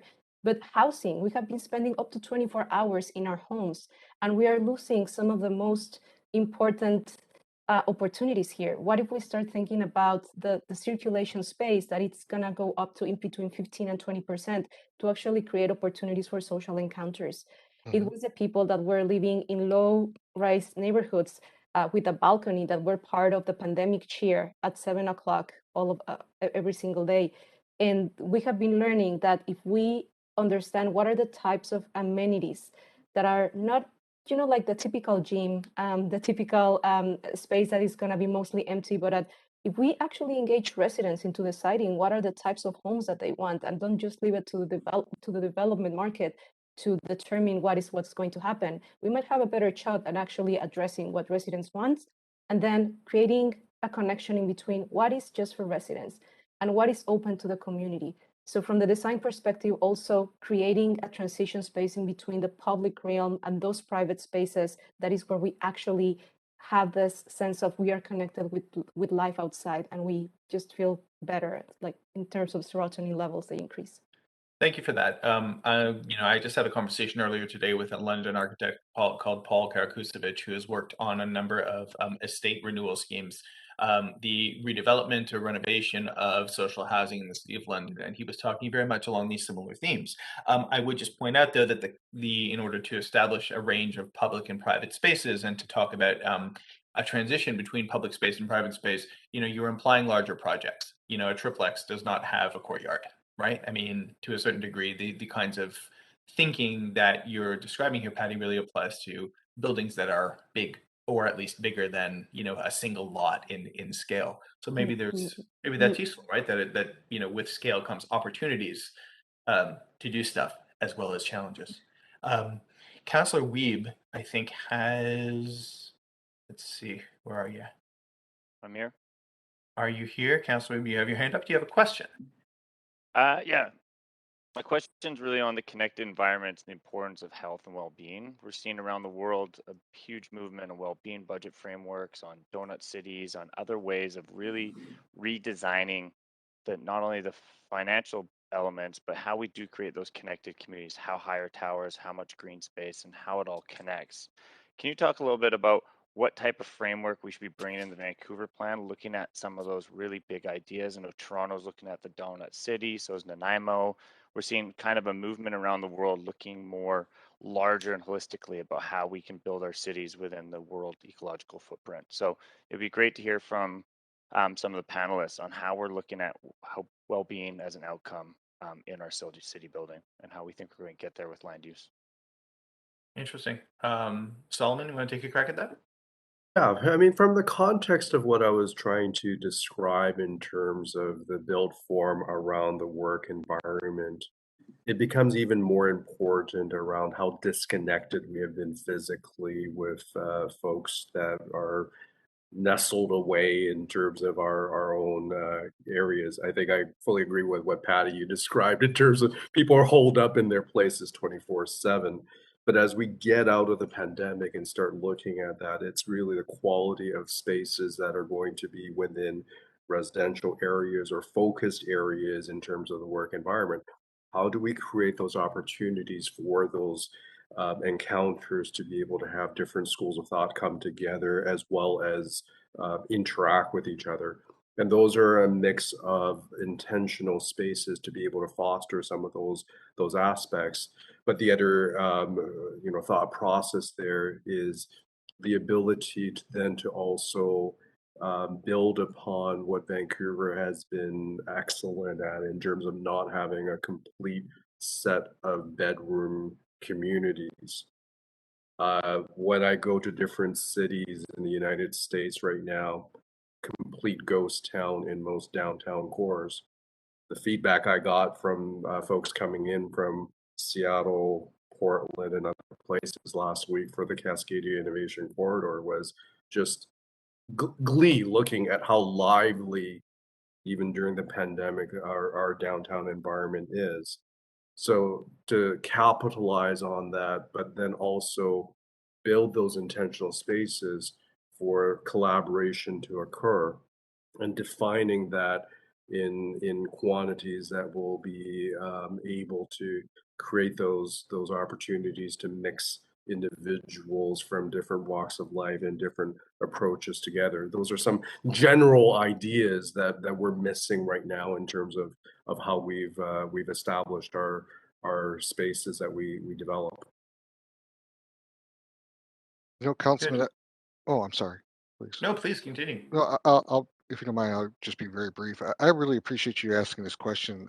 We are doing some work with the city of Singapore and also in conversations with the city of Chennai in terms of the idea of kind of talking about public realm and what it means in terms of health and wellness, and the need to invest in that now, and what it also means in terms of just kind of everyday life, in terms of quality of life. And the interesting thing that we've been talking about, particularly in Chennai, in India, is the idea of, what it means in terms of a person's day in a life, in terms of access to open space, access to a variety of open spaces, whether it's regionally or whether it's within that 15-minute walk of their front door. And it's interesting to hear that now, there's been more talk and more focus, particularly with a lot of these global cities or emerging cities, and the idea of what open space really means and how that needs to be leveraged, not only with new development, but also the existing urban infrastructure as they really start to rethink, different parts of their city from an urban design and planning standpoint. But I think it's incredibly important.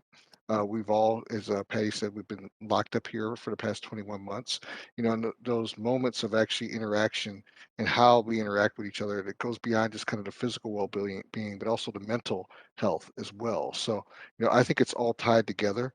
And I think it's really something that we need to really start thinking about in terms of how do we actually create policy that's really focused around that and really start to merge that clear gap that we've all witnessed over the past and felt over the past 21 months in terms of health and wellness and our investment in our open spaces and the public realm.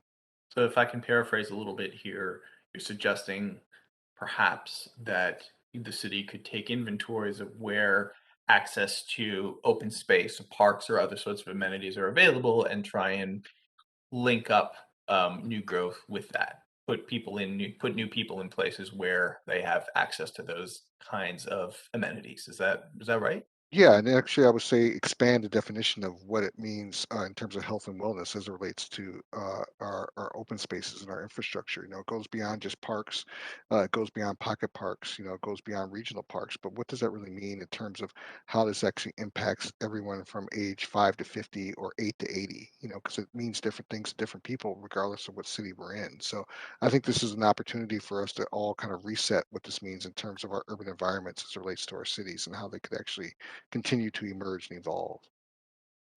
If I can add to this, this is such an important question. Thank you, Councillor Grebe, for bringing it up. And I think that there's an opportunity this, but I'm also going to talk about the tension that it holds about creating kind of like a well-being framework for the entire city. I think that a well-being framework for the entire city could actually create common ground. If we look at it from the engagement perspective, it's about the first thing to get on a kind of like on the same agenda or on the same page is not talking about the strategies and actions that are going to be developed, but talking about the values that we want to embrace. And from the work that I've been doing in the past, what we have learned is that the well-being framework for a community is not exactly the same for another community. It has to be flexible, and it has to. And we need to understand what's the pathway that leads each community to well-being. So while one community might be more focused on health, accessibility, resilience, another community might be more focused on starting with safety or maybe with meaning and belonging. So it depends on the community and the neighborhood and what they have experienced in the past, that we can build a framework that actually works for the entire city and that can be building on the healthy city net framework that has already been created. And then from there, understand what are the needs of each one of the different communities that are part of the city. So I think that this is a great opportunity to hold the tensions, but at the same time, we need to commit, if we're committing to a well-being framework, it's about how do we identify the values, then how do we translate this to strategies, and then how do we translate this to actions? And overall, what is this intersection in between equity, resilience, and reconciliation? That intersection that is going to allow us to identify those 5 out of 50 actions that need to be the first ones to be prioritized. Thank you. Is this perhaps a good time to bring up SNOC and the other large indigenous-led projects that are happening in the city? I mean, SNOC in particular is a very unusual project in a number of ways. It's intended to deliver, in part, affordable housing to members of the Squamish Nation. It is extremely light on car infrastructure, and it delivers much more density much more residential density than the city's planning would contemplate in that location, which is, on the doorstep of downtown and yet not zoned for high rises. Is there, as I've written, I've made this clear, I think it's, a really enticing model in a lot of ways. I mean, do we agree? And are there lessons that could be learned there for the rest of the city, and the different contexts that exist across the rest of the city?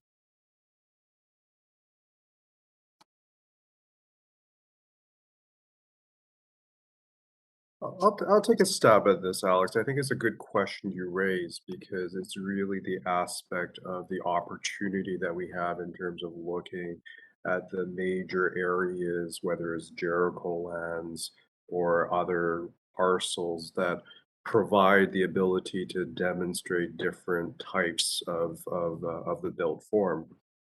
I think one of the areas that I would also characterize with larger density projects, it's an opportunity to actually take a look at the public realm. One example I've cited is take a look at San Francisco's mission-based school.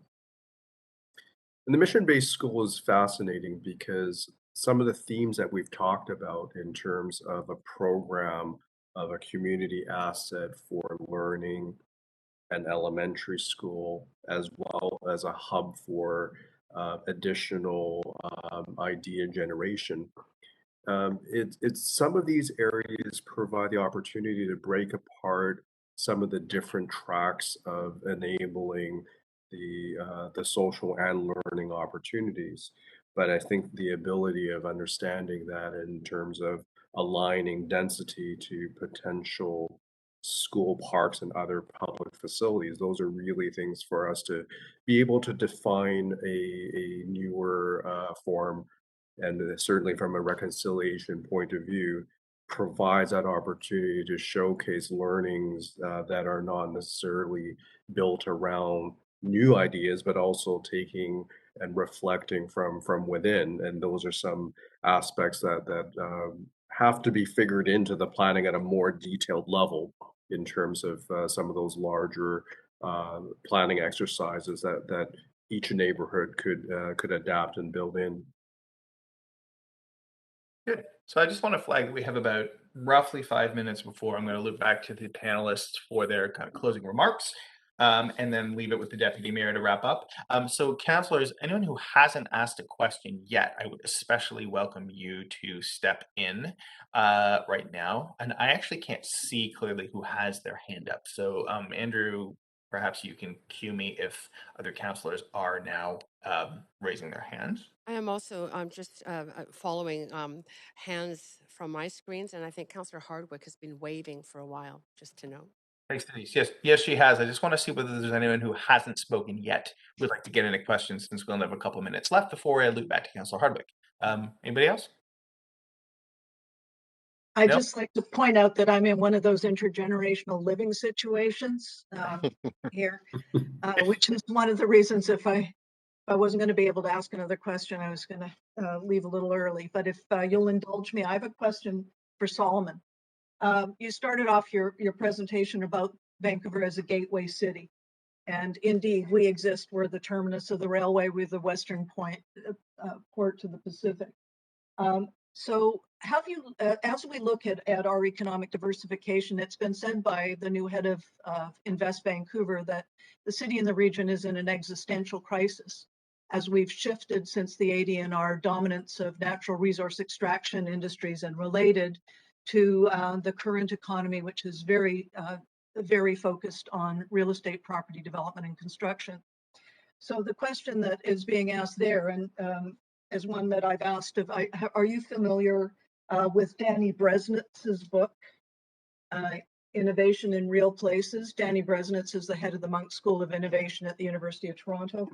And he talks about the need to be fostering innovation and entrepreneurship in hubs of areas that are distinct to the locale.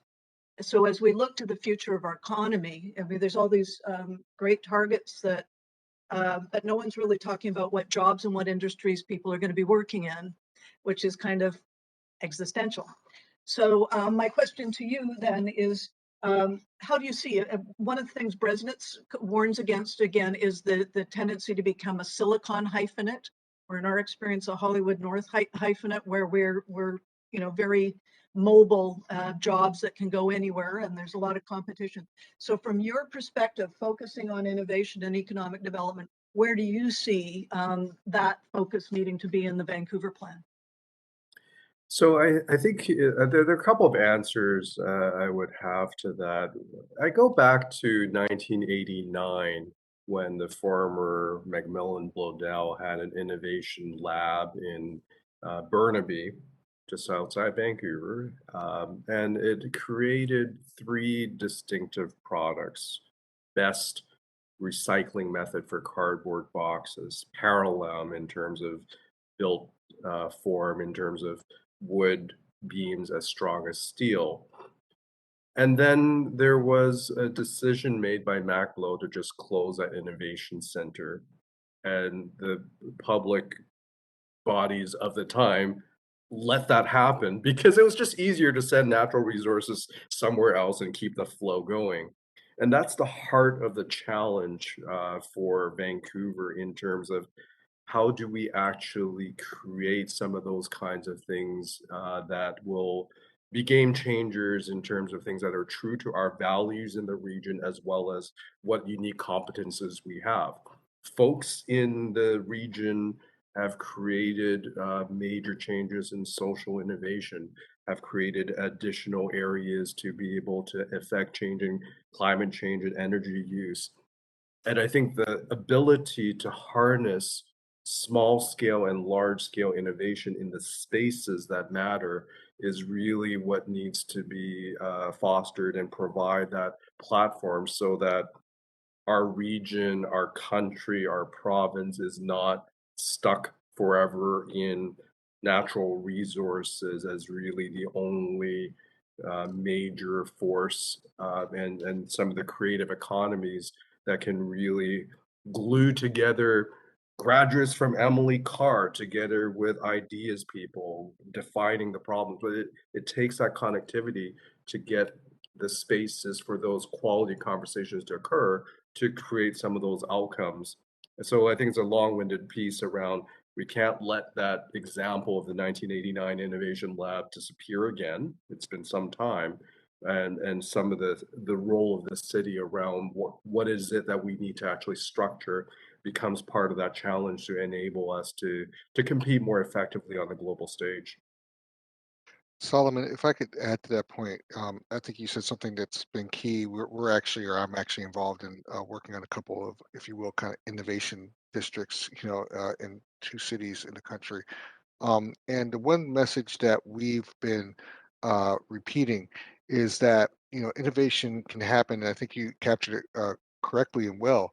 It can happen and should happen in a city like Vancouver at all scales.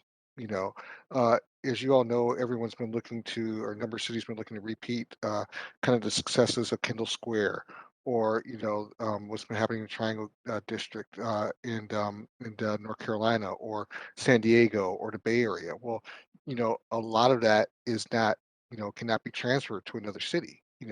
So I think it's the idea of actually building on the strengths of your region and the strengths of your city and what that means in terms of innovation going into 21st century, because what's innovation is innovative today in 2021 is going to be much different in 2025.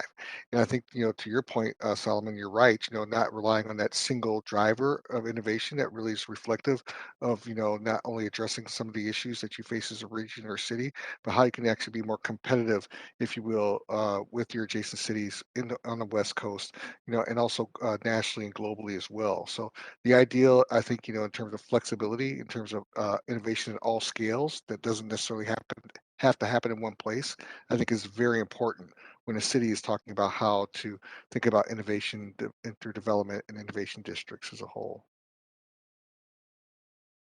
Thank you. I think now I'm just going to change tack a little bit because we have a question from Councillor Fry, which is an interesting one. I'd also invite Councillor Dominato. Feel free to throw in a question. Maybe we can squeeze that in before we wind up. But here's one from Councillor Fry. He asks, "What is the role of built form? We hear about towers and social isolation, and that ground-oriented buildings help engender community. Do you have thoughts, reflections on new forms, particularly of projects that are revitalization projects like Regent Park? So would anyone like to speak to that? Patty? Sure, thank you. Yes, definitely. The build form has great impact in the way that we're going to be building resilience in our community, the way that we're going to be connecting people. We don't, I mean, if we look at this from the social isolation, from the loneliness approach, but also from the climate change action and also from the affordability piece, it makes sense that we're focusing on buildings that are low rise and mid rise and not skyscrapers that might be intensifying places in the city. Adding to this from the dive that I took into some of the conversations that are emerging from the Vancouver plan, people are actually interested in having this kind of developments, a little bit of like low density, like maybe having like 3 or 4 buildings, 3 or 4 stories. And 3 or 4 stories, there's a rationale why this provides more contact and a close connection with the public. Usually it is based also, for instance, theaters. You decide that the farthest person away from the theater is 25 to 30 meters. It's the same rationale. If you design so that we are in contact for 25 to 30 meters, you still have an opportunity to actually look at faces and sense that familiarity of what's happening. And that familiarity is what gives us starts giving us a sense of belonging. So definitely the build form in terms of height has an important role in building more connected communities, but also in the transition. I'm gonna kind of like go back to this transition. It doesn't matter if it's a duplex or if it's a 6 to 8 story building. The transition that we can create with stoops, with the threshold in between the sidewalk and the building, maybe 3.5 meters that people have been activating during the pandemic to have community gardens. If we have the right amount of balconies so that we are also ensuring that people have this outdoor safe space that was much needed in the pandemic, but also helps to connect with neighbors and things that are happening outside, then we're moving into a more sustainable, in the 3 ways of understanding sustainability, into a better world, from the affordability piece, from the environmental piece, and from socially connected section.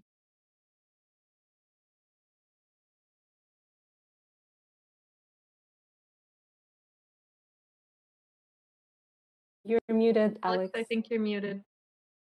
So I am, second time. Sorry, guys. I would, I'm not sure whether I'm agreeing or disagreeing with your point here, Patty. I think I'm agreeing, but I have found it interesting as a journalist to explore the idea of social resilience. And it is sometimes the case that people in denser communities actually have higher experience that quality that you were just talking about, in a more intense way as well. Having a lot of neighbors is not necessarily a route to having fewer social connections. In fact, it can be a route to having more social connections. But I guess if I understand you correctly, you feel that really it's the specific arrangement of build form and the relationship between buildings and their surroundings that creates those relationships. Is that correct? Correct. There's another component that is going to be crucial. Our ability to control our social exposure was very different in between people living in dense environments during the pandemic and that felt unsafe, other than the people that were living in dense environments but were able to control that social exposure. So that agency comes back to place. I think Patty said something that's very important that I was going to speak to as well. As she talked about different examples. As far as the built form goes, especially as it relates to city government, particularly planning departments, we have to allow for flexibility. And the idea of flexibility in the built form. I think one of the criticisms I often have with form-based code as it's been applied is that it's been so rigid.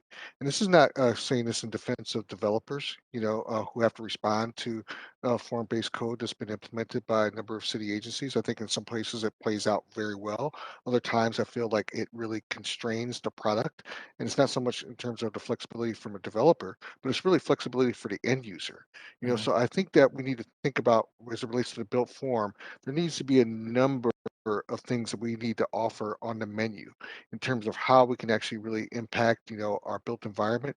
And then what does that mean in terms of flexibility, that not only we keep in mind the end user, but there are users number of different end users. Oh, I think we're losing you, Andre. I'm back. Not sure Now where I you're cut off, back. but I'm sure my time was Yep. over. So, All right, so yeah, I mean, maybe we'll leave it there because I see we're now at 7:52, which means that I'm a little bit late in getting to the wrap up point here.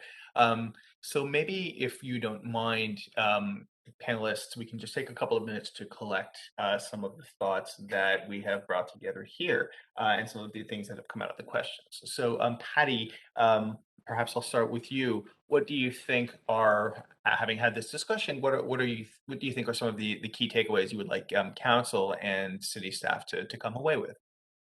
Sure. I have three. I think that I have three. Nothing for the community without the community. Let's engage people throughout the creation of the plan and empower them to also steward during implementation. Prioritize underserved and most vulnerable populations. Their voice needs to take up more space and actions need to be prioritized so that we can address historical inequities. And the third one would be yes to more density, yes to missing middle. Also, let's look at the quality and the design of these buildings to ensure that we are maximizing opportunity so that we can connect people and build resilient communities. Thank you. Okay, Um, Alex, excuse me just yes. 1 second. I do have to interrupt because our meeting will absolutely end at 5 unless I receive a motion to extend. Can you give me an estimation on the amount of time? Do you think 10 minutes or something like that? Yeah, no, absolutely. I was just gonna ask, Solomon and Andre to wind up quickly and then pass over to the deputy mayor for a Okay. resolution to attend the Okay, meeting, if that's thank you, okay. thank you. I think I'm going to get a motion or ask for a motion to extend by Motion to 10 extend. minutes, council. Councillor Carr, I'm happy to move Thank you, to extend thank you, your Councillor closing Boyle. comments. I'll need a seconder for that. Thank you, Councillor Kirby Young. All those in favor, say aye. Aye. All right. Any opposed, say nay. Okay, you have another 10 minutes, Alex. Okay. Well, hopefully we're not going to need it. We'll try and be timely and not stretch into people's afternoons too far. So maybe Solomon, let's go to you. Having heard this conversation, what would you like folks to leave with as the plan moves forward?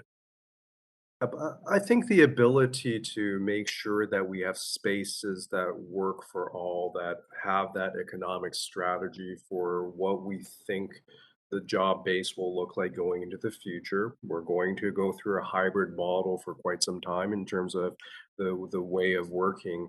That being said, I think the ability to create those intersections for folks that can come at this from different directions, come at it from a sustainability lens, social, economic, environmental, from a reconciliation end, but also the core driver is that it's penultimately important for the city to foster the idea creation and create those spaces to allow those kinds of interaction to occur and create new things that can absolutely be shared with the world to be able to help solve a lot of the common problems we have from our microcosm in Vancouver to help deal with a range of societal as well as economic problems that we're going to be facing in the coming years. Thank you, Alex. Thank you. So yeah, Andre, it looks like you will have the last word. I'll be very brief here, and hopefully I won't lose my connection. But I think doubling down on one of Patty's points, capturing the voice of the underserved is incredibly important.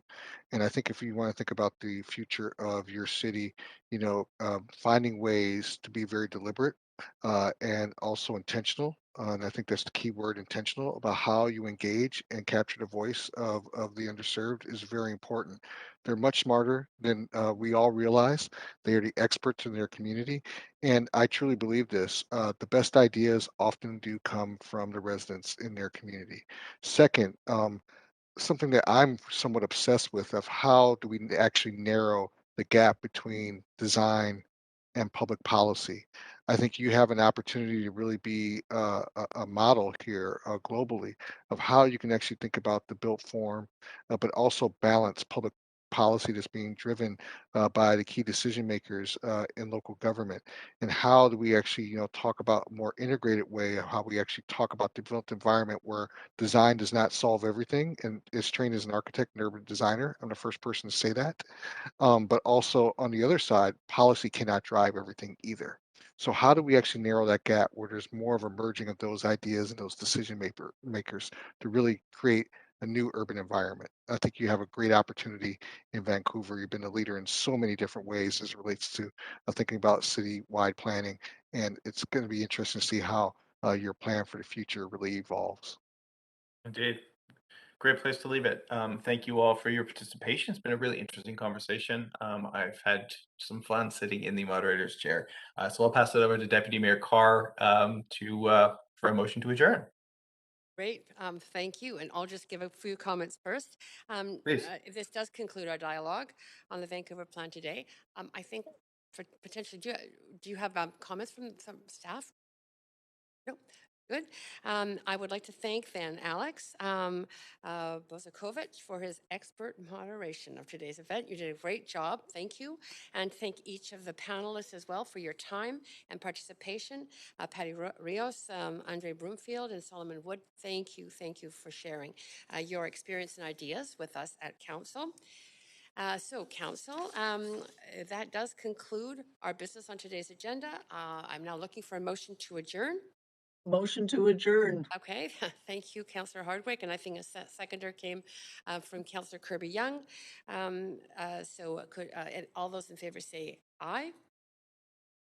Aye. Any opposed say nay? This motion is carried unanimously, and the special committee of council is now adjourned. Thank you again, everyone. Thank you very much.